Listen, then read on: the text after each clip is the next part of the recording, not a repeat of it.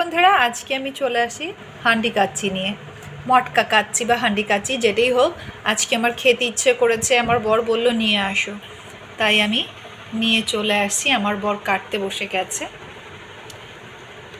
এটা মুখটা অনেক টাইট, কারণ আটা দিয়ে লাগানো থাকে।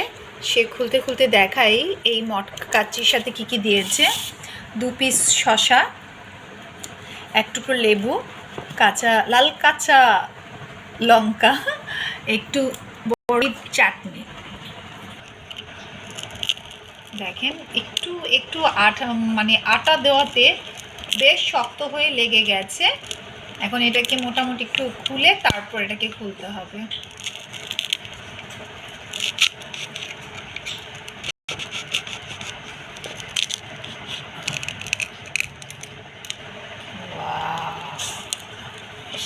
সেই বাসমতি চাল দিয়ে এই মটকা কাচ্চি।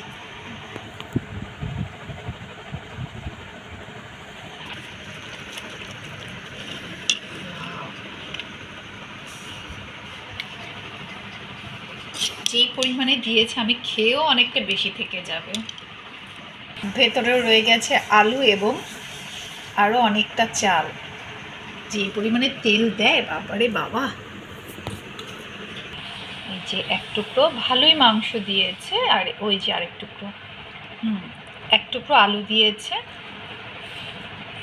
দারুণ। আমিও একদিন এরকম করে মটকা কাচ্চি রান্না করে আপনাদেরকে দেখাবো। আমার বর কিন্তু খাওয়া শুরু করেছে। সত্যি সেই।